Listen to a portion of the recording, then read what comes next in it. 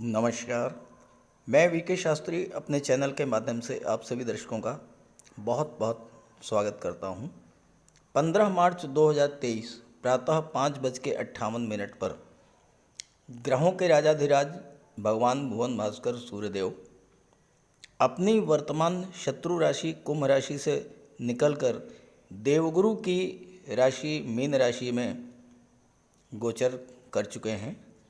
Mean राशि में सूर्य 14 अप्रैल 2023 तक रहेंगे और मीन राशि में ही सूर्य और गुरु की युति बनेगी।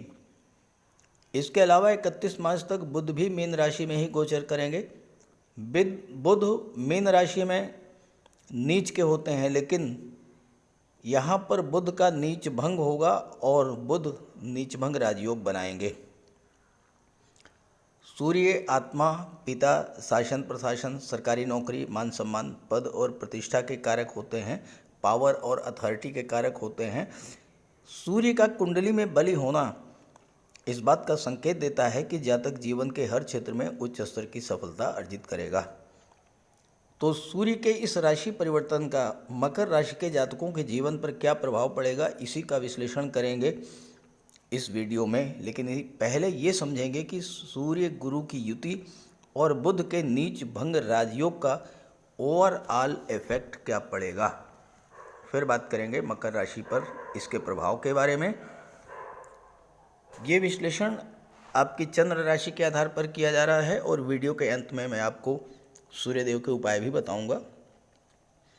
दूसरी महत्वपूर्ण बात, इस बात की प्रबल संभावना है कि इस वीडियो के अपलोड होते ही कुछ चैनल वाले इसी वीडियो की word by word copy paste करके अपनी वीडियो अपलोड करें।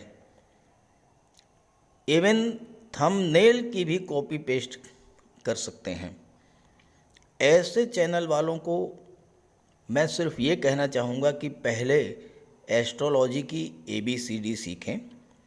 कॉपी पेस्ट करने से वीडियो बनाने पर कुछ थोड़े पैसे ज़रूर कमा लेंगे आप, लेकिन एस्ट्रोलॉजी नहीं आएगी। प्रिय दर्शकों, मैंने आप में से बहुत से दर्शकों की कुंडली का विश्लेषण किया है, लेकिन क्या किसी से मैंने पैसे मांगे? कतई नहीं। आप लोगों ने कंसल्टेशन फीस के बारे में भी पूछा, लेकिन मैंने कहा एस्ट्रोलॉजी सेवा करने का माध्यम है, पैसा कमाने का टूल नहीं। पैसे के पीछे भागने से पैसा नहीं आता है, ये बात आप लोग भी समझ लें। तीसरी बात, कुछ लोग कमेंट बॉक्स में अपना मोबाइल नंबर देकर आपको ठगने का प्रयास करेंगे। ऐसे जालसाजों से भी सावधान रहें और अगर कोई मेरे नाम से आपसे पैसे मांगे तो भूल करके भी पैसा मत दीजिएगा। चलिए अब बात करते हैं मकर राशि के जातकों पर सूर्य के राशि परिवर्तन के प्रभाव के बारे में। ज्योतिष शास्त्र में सूर्य और गुरु की युति को अत्यंत श्रेष्ठ योग कहा गया है। इस योग को जीवात्मा योग, विष्णु लक्ष्मी योग, नवम पंचम योग और अपार धन योग भी कहा जाता है। ये योग एक ऐसा योग है जो हमेशा शुभ फल ही प्रदान करता है। सूर्य को आत्मा, बल, तेज, आत्मविश्वास, आत्मसम्मान और जीवन का कारक माना गया है। देवगुरु ज्ञान, धन, विवेक, संतान, मान सम्मान, शिक्षा, धर्म और सत्कर्म के कारक माने गए हैं। सूर्य हमें जीवन प्रदान करते हैं। गुरु हैं जीव, गुरु है प्राण शक्ति और सूर्य है आत्मा, इसलिए इसे जीवात्मा योग कहते हैं। इस योग का पहला प्रभाव ये होता है कि ऐसे जातकों की जीवनी शक्ति बहुत ही स्ट्रांग होती है। कहने का अर्थ ये है कि ये योग दीर्घायु प्रदान करता है और जीवन के प्रति ऐसे जातकों का दृष्टिकोण सकारात्मक होता है।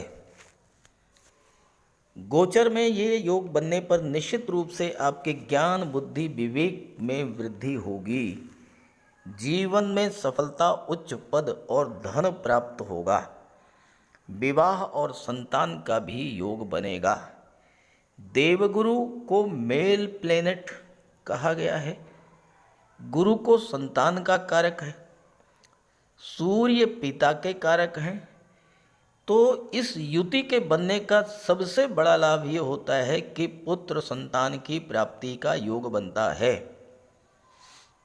यदि संतान होगी या इस गोचर काल में आपने संतान की प्लानिंग किया तो पुत्र रत्न प्राप्त होने का प्रबल योग बनता है। सूर्य आत्मविश्वास के कारक हैं और गुरु ज्ञान के कारक हैं।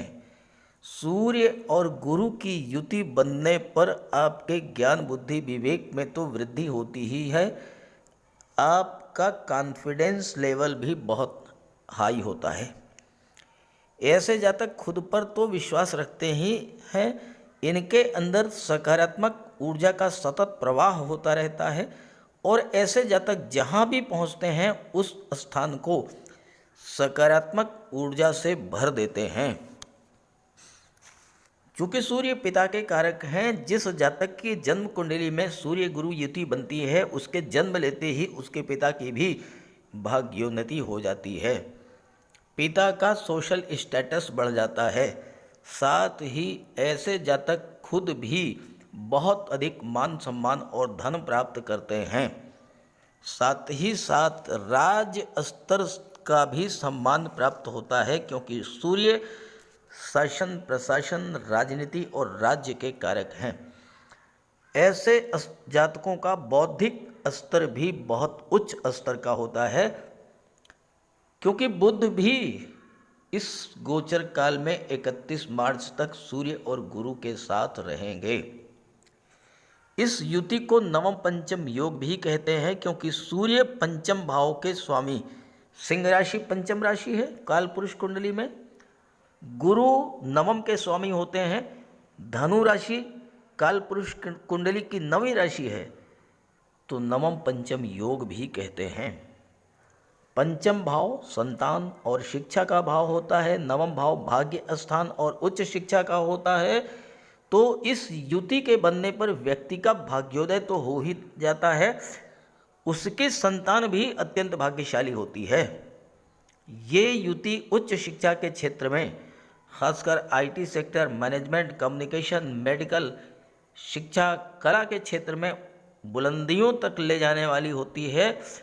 और चूंकि गुरु 12वें भाव, देखिए मीन राशि 12वीं राशि है काल पुरुष कुंडली की, तो गुरु विदेश भाव के कारक होते हैं। तो विदेशों से धन का लाभ, विदेशी व्यापार में उन्नति और विदेश में उच्च शिक्षा का भी योग बनता है इस युति के बनने पर। यहाँ पर 31 मार्च तक बुध भी गोचर करेंगे और नीच भंग राजयोग बनाएंगे। चूँकि सूर्य और बुध की युति सरकारी नौकरी का प्रबल कारक होते हैं, तो गवर्नमेंट जॉब के अवसर बढ़ेंगे। सूर्य मान सम्मान, उच्च पद के कारक होते हैं, पावर और अथॉरिटी के कारक होते हैं।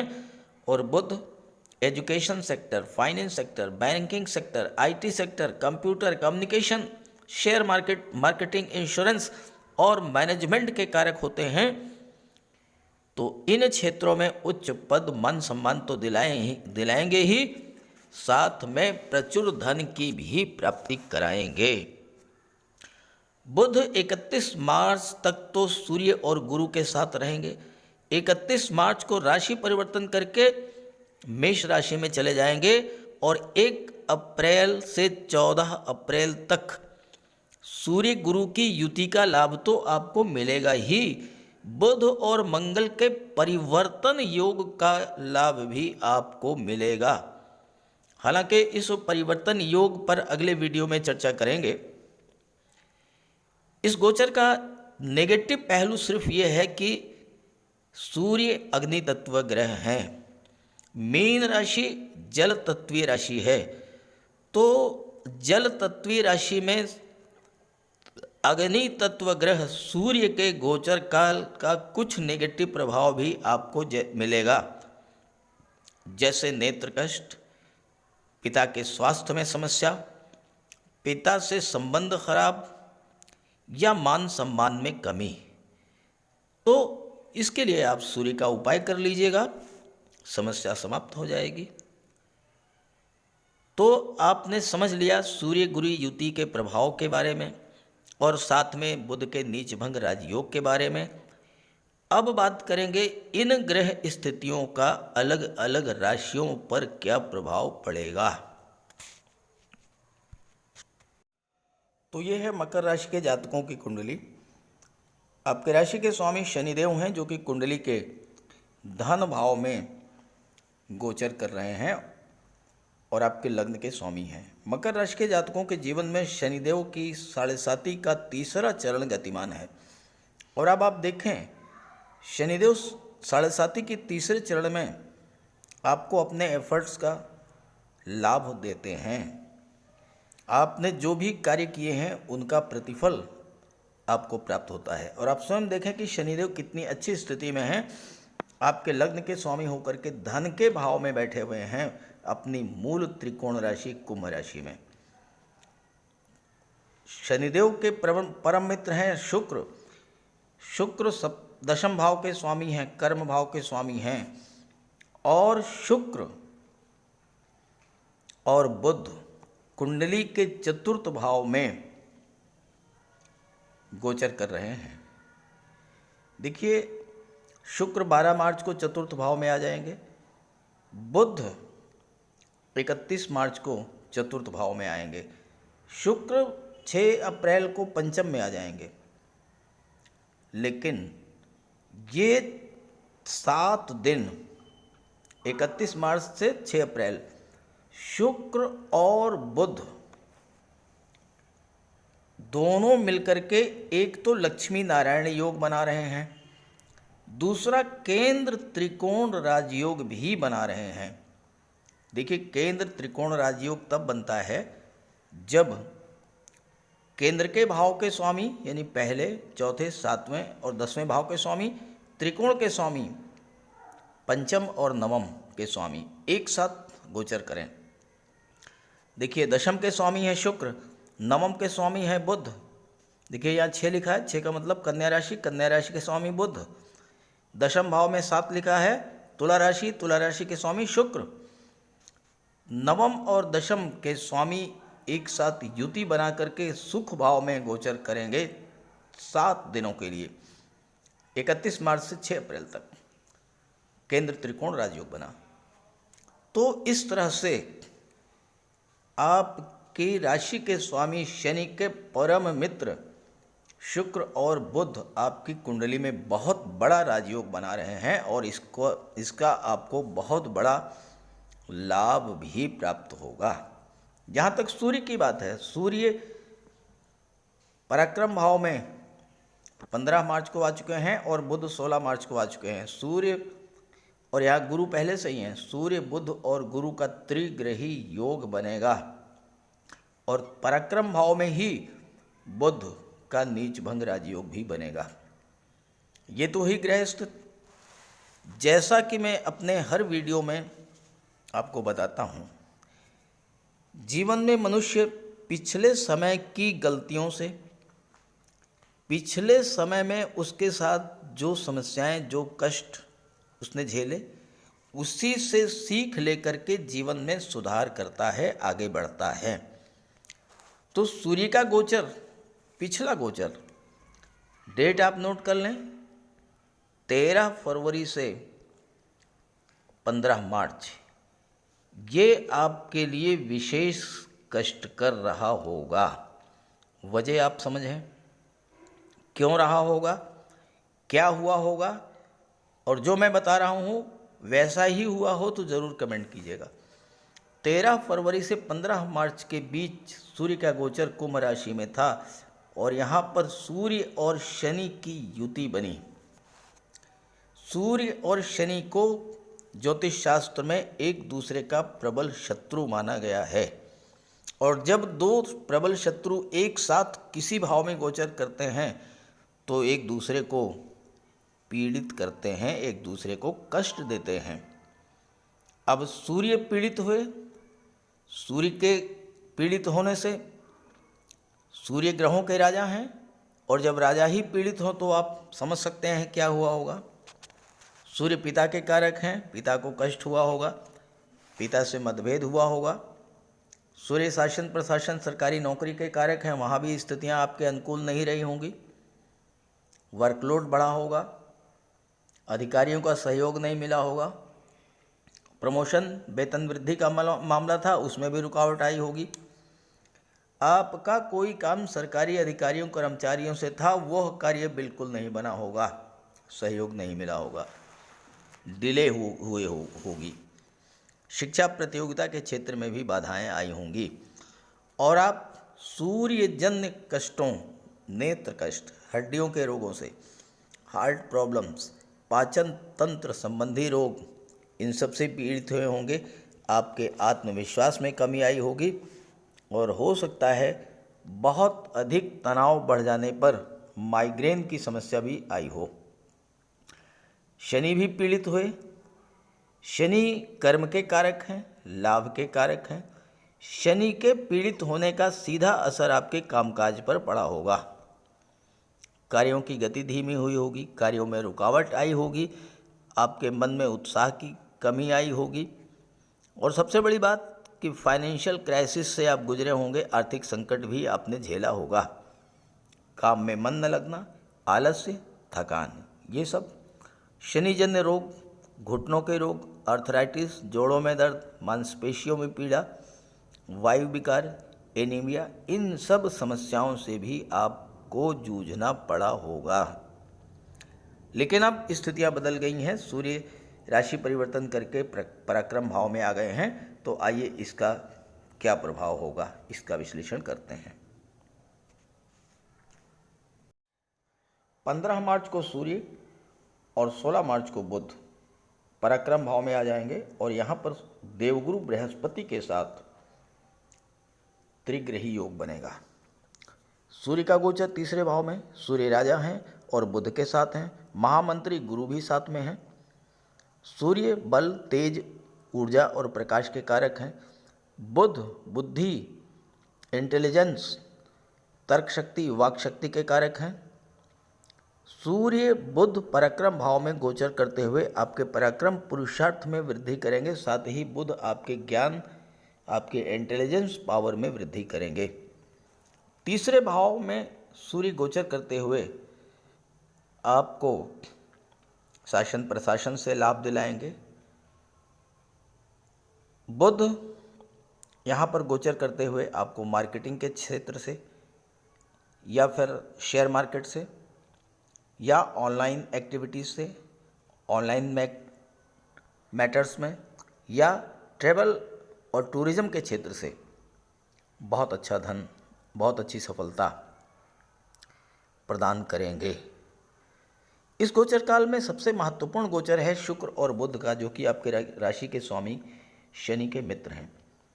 मात्र 7 दिन के लिए शुक्र और बुध का लक्ष्मी नारायण योग और केंद्र त्रिकोण योग बनेगा। और यहाँ पर राहु हैं। राहु क्या करते हैं, चीज़ों को बढ़ा देते हैं, तो इस राजयोग के प्रभाव को राहु कई गुना अधिक बढ़ा देंगे। चूँकि शुक्र, बुध, राहु तीनों ही परम मित्र हैं, तो आपको लक्ष्मी नारायण योग का भी पूरा फल मिलेगा, आपको केंद्र त्रिकोण राजयोग का भी पूरा फल मिलेगा। अब यहाँ शुक्र पंचम के स्वामी हैं। पंचम भाव क्या होता है, लव रिलेशंस का, लव रोमांस का होता है। जब शुक्र एक्टिवेट होंगे तो आपके लव रिलेशंस में प्रगाढ़ता आएगी और वो मैरिज में कन्वर्ट हो जाएगा। शुक्र धन के कारक हैं, दशम के स्वामी हैं, दशम पर दृष्टि डाल रहे हैं। कार्य क्षेत्र से प्रचुर धन की प्राप्ति होगी, खास करके कला के क्षेत्रों से या शनि से रिलेटेड जो भी क्षेत्र हैं, real estate, property dealing, construction, इन सब क्षेत्रों से। आप बिल्डर हैं, आर्किटेक्ट हैं, बिल्डिंग मटेरियल सप्लायर हैं, या आप सुख सुविधा के साधनों को बढ़ाने वाले, सौंदर्य को बढ़ाने वाले साधनों का व्यापार व्यवसाय करते हैं, चूँकि शुक्र कला और सौंदर्य के कारक हैं। जैसे fashion designing, dress designing, beauty parlour, decoration का कार्य, परफ्यूम्स, श्रृंगार प्रसाधन, ज्वेलरी, ऑर्नामेंट, इन सब चीज़ों का व्यापार व्यवसाय करते हैं आप, बहुत अच्छा रिजल्ट आपको शुक्र और बुध देने जा रहे हैं। लक्ष्मी नारायण योग बनने पर आपको इसका लाभ मिलेगा।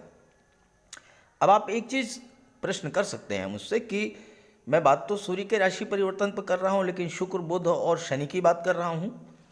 देखिए, किसी भी जातक की कुंडली का विश्लेषण सिर्फ एक ग्रह के आधार पर नहीं किया जा सकता है। और भी प्लैनेट्स जो कुंडली में गोचर कर रहे हैं, सपोर्टिंग प्लैनेट्स का क्या इम्पैक्ट होगा, क्या प्रभाव होगा, इस चीज़ को भी कंसीडरेशन में लाना पड़ता है। अब शुक्र पंचम के स्वामी हैं, सूर्य पराक्रम भाव में बैठे हैं, गुरु पराक्रम भाव में बैठे हैं, बुध पराक्रम भाव में बैठे हैं, भाग्य भाव के स्वामी हैं, भाग्य का सपोर्ट मिलेगा। जो जातक, जो छात्र प्रतियोगी परीक्षाओं की तैयारी कर रहे हैं, अब आप यहाँ देखिए, बुध यहाँ पर नीच भंग राजयोग भी बना रहे हैं, लक्ष्मी नारायण योग भी बना रहे हैं, छठे भाव के स्वामी हैं, भाग्य भाव के स्वामी हैं। बुध का गोचर आपके लिए बहुत महत्वपूर्ण रहेगा, क्योंकि छठे भाव से बुध आपको कंपटीशन में विजय दिलाएंगे, नौकरी दिलाएंगे, नवम भाव से आपको भाग्य का सपोर्ट दिलाएंगे।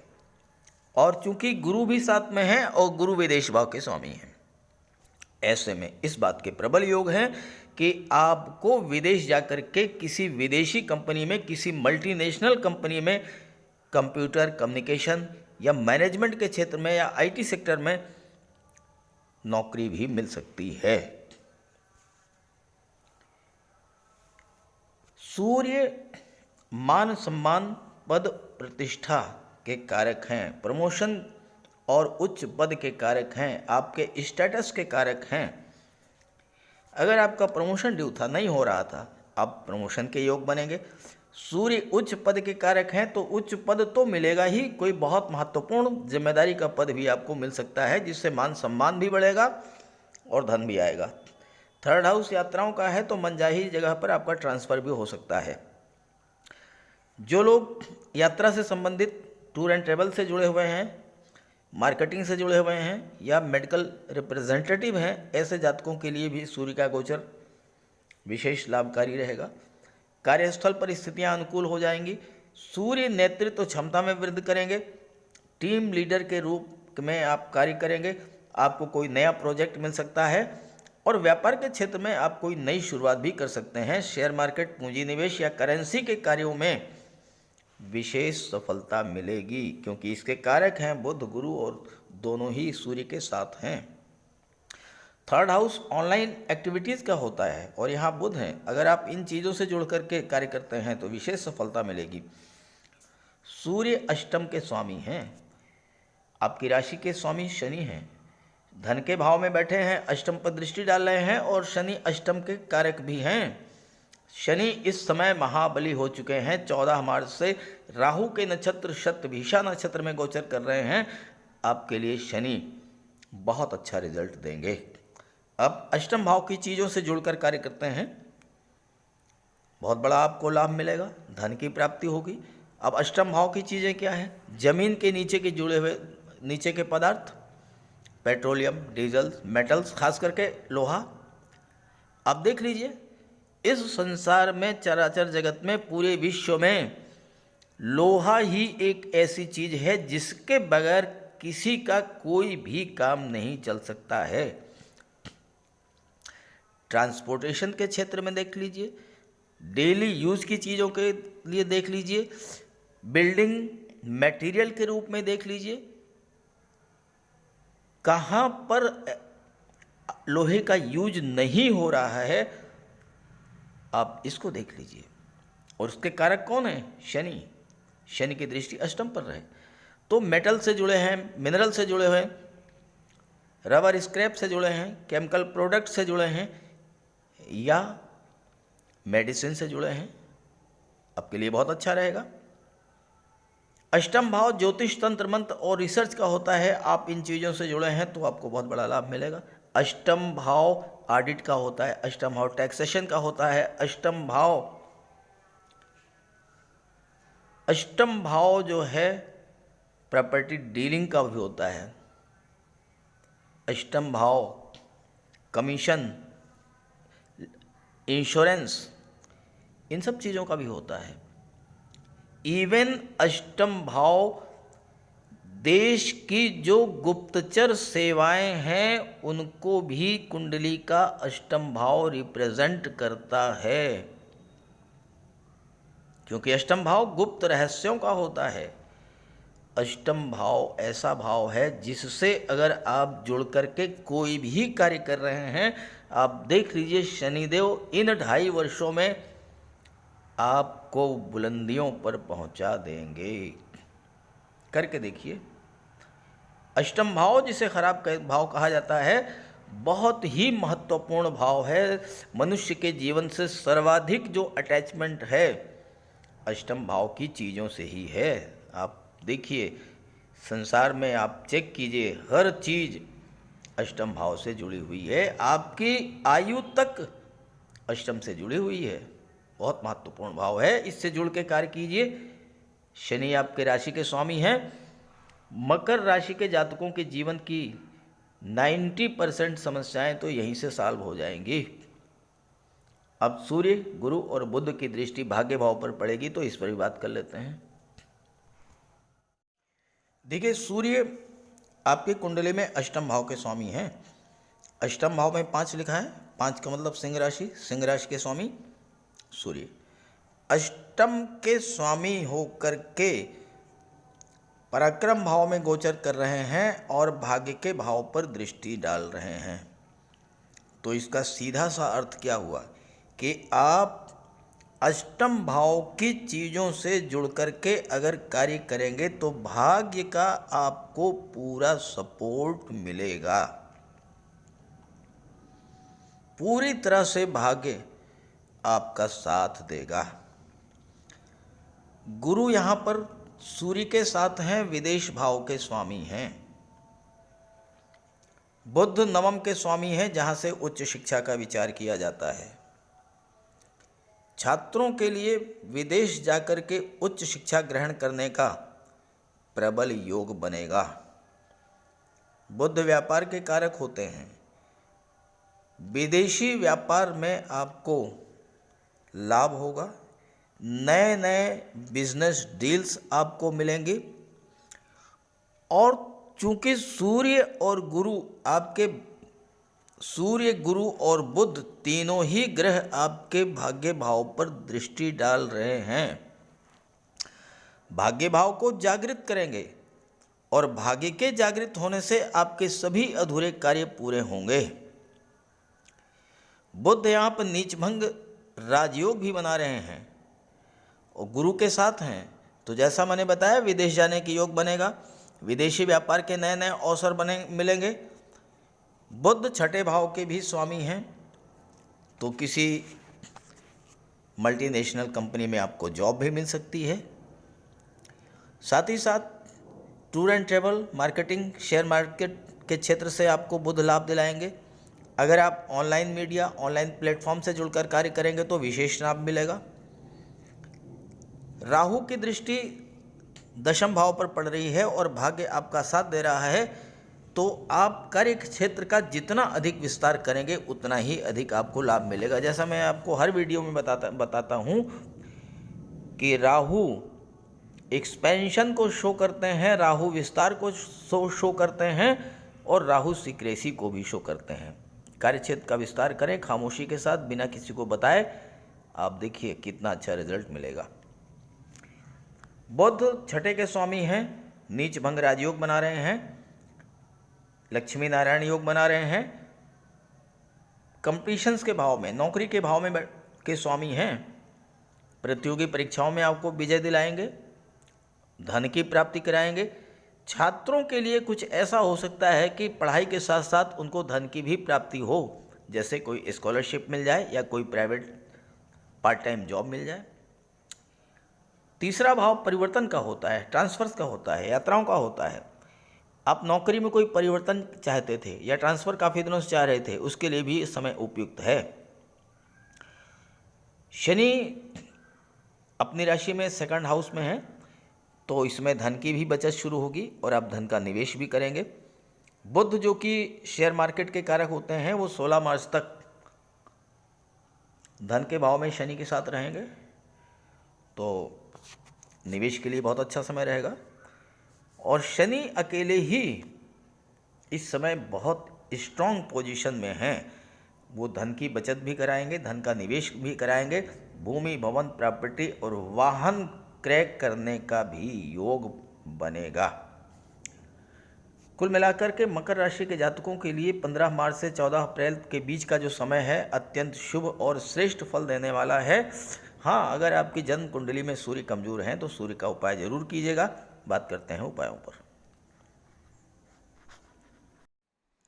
अगर अभी तक आपने सूर्य देव का उपाय नहीं किया है तो अवश्य कीजिए। सूर्य देव की आराधना करें। खास करके छात्रों को या जो कॉम्पिटिटिव एग्ज़ाम्स की तैयारी कर रहे हैं उन्हें तो सूर्य के उपाय अवश्य करने चाहिए। सूर्य आत्मा के कारक हैं। इस पृथ्वी पर सूर्य के कारण ही जीवन है और सूर्य की ही ऊर्जा, प्रकाश और ऊष्मा से हम कार्य करने में सक्षम होते हैं। सूर्यदेव की आराधना करेंगे, आत्मा को बल मिलेगा, आत्मविश्वास में वृद्धि होगी, कार्य करने की ऊर्जा प्राप्त होगी, जीवन में रोशनी आएगी, भाग्य चमक जाएगा और फिर आप सफलता की सीढ़ियां चढ़ते चले जाएंगे। तो प्रातःकाल स्नान करते समय जल में लाल पुष्प या केसर डाल करके स्नान कीजिए। इसके बाद सूर्योदय से 1 घंटे के भीतर सूर्य देव को अर्घ्य दीजिए। तांबे के लोटे में जल, अक्षत, लाल पुष्प, रोली, लाल चंदन ये डाल करके सूर्य देव को अर्घ्य दीजिए। ध्यान रखें कि सूर्य देव को अर्घ्य 3 बार में देना है। 1 लोटे जल को आपको 3 बार में अर्घ्य देना है और साथ ही साथ इस बात का ध्यान रखना है कि जो जल है वो आपके पैरों पर ना गिरे। इसके बाद गायत्री मंत्र का जाप करें, आदित्य हृदय स्तोत्र का पाठ करें। छात्रों को तो सूर्य का ये उपाय नियमित रूप से करना चाहिए क्योंकि सूर्य ही सरकारी नौकरी के कारक हैं और आज के युग में हर छात्र का सपना होता है कि वो आईएएस बने, आईपीएस बने या शासन प्रशासन में उच्च पदस्थ अधिकारी बने और सूर्य इन सब के कारक होते हैं। सूर्य पिता के कारक हैं। पिता का सम्मान कीजिए, उनकी सेवा कीजिए, उनके मार्गदर्शन में आगे बढ़िए। यदि किसी तरह का कोई विवाद भी है तो उसे भुला दीजिए और उन्हें किसी तरह का कष्ट तो बिल्कुल न दें। इससे सूर्यदेव को बल मिलेगा। सूर्यदेव को बल प्राप्त हो इसके लिए रविवार को नमक का सेवन न करें। दलिया, दूध, दही, गुड़, गेहूं की रोटी इन सब का प्रयोग करें।